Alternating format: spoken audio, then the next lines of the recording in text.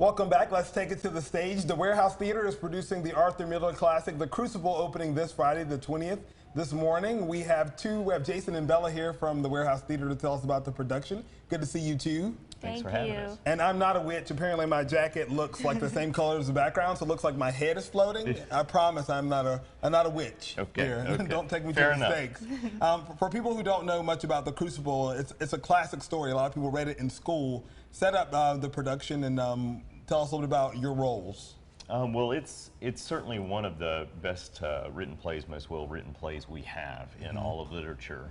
And it's something that has lasted for a number of generations. It was written almost six decades ago. And the way that it examines community and its ability to communicate and trust and division and grappling with fear and humanity, it has something to say to all generations. And who do you play in the show? I play John Proctor in the show. That's a big role. It is a big role. It's an iconic role, and Arthur Miller has written him with such rich detail. It's a roller coaster ride. I mean, you visit all the emotions in the gamut a number of times. So for me, it's just about being a human being and playing him as he is and not making him bigger than he actually is. Set up the story. I mean, for people who have no clue as to kind of what the show is about. You want to give it a shot? I'll do my best. Arthur Miller wrote this play as an allegory for the Red Scare, the time that he was writing it, where McCarthyism became a huge problem.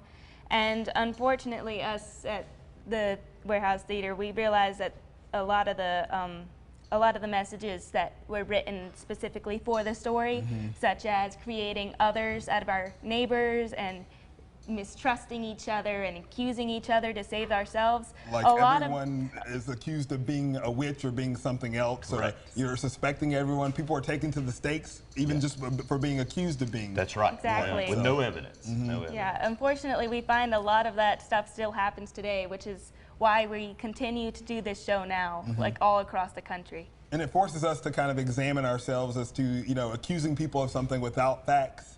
And then kind of already taking them to the stakes for something that they may or may not have done. That's right. So I think it's a really cool story. And if you read it back in school, it's great to kind of re-examine that. It starts this Friday. How long does it run? Runs 4 weeks. We close on October the 13th. Okay. And tickets, you can get them online or at the door? warehousetheater.com. You can also get them at the door as well. Is there an age that you think would be appropriate for people to come see this show? Well, we've got so many, 4 of the key roles are played by students from the Fine Arts Center, like Bella.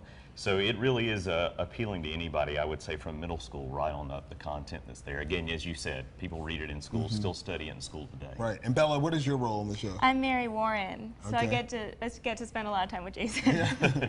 That's awesome. Well, best of luck with the show, again, starting this Friday at Warehouse Theater. And Jack and Megan, we're going to toss it over to you guys. Have a magic trick for us this morning.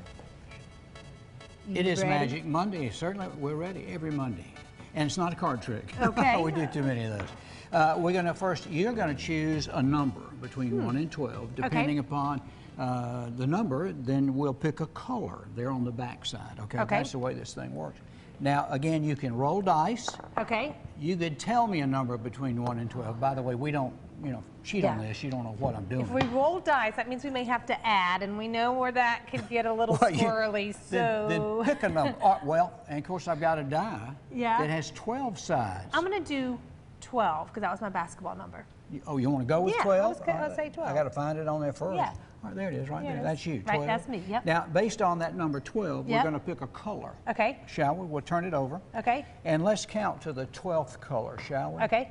1, 2, 3, 4, 5, 6, 7, 8, 9, 10, 11, 12. Last color. Yeah, only 12. Green. All right, I there like you it. go. Now, we've got green, and how in the world could I have predicted that? You're just magical and amazing. Wait a minute, we're not going to do this without a drum roll, okay? Okay, we got to have a drum roll. He works cheap, if he can stand up. All right, you ready? You know those drummers. All right, let me get a wide shot as we reveal my prediction. You will pick green. Sometimes I amaze myself. Jack Roper, that's amazing stuff. And that is a magic on a Monday. That's a magic on a Monday. You've done good. We didn't have to add. We didn't have to add? Not at all. And we did it. Amazing. Well, coming up next, the leaves are falling in the Great Smoky Mountains, and they are celebrating And one of our viewers is going to be celebrating. We're going to announce the Great Smoky Mountain Getaway winner when we come back.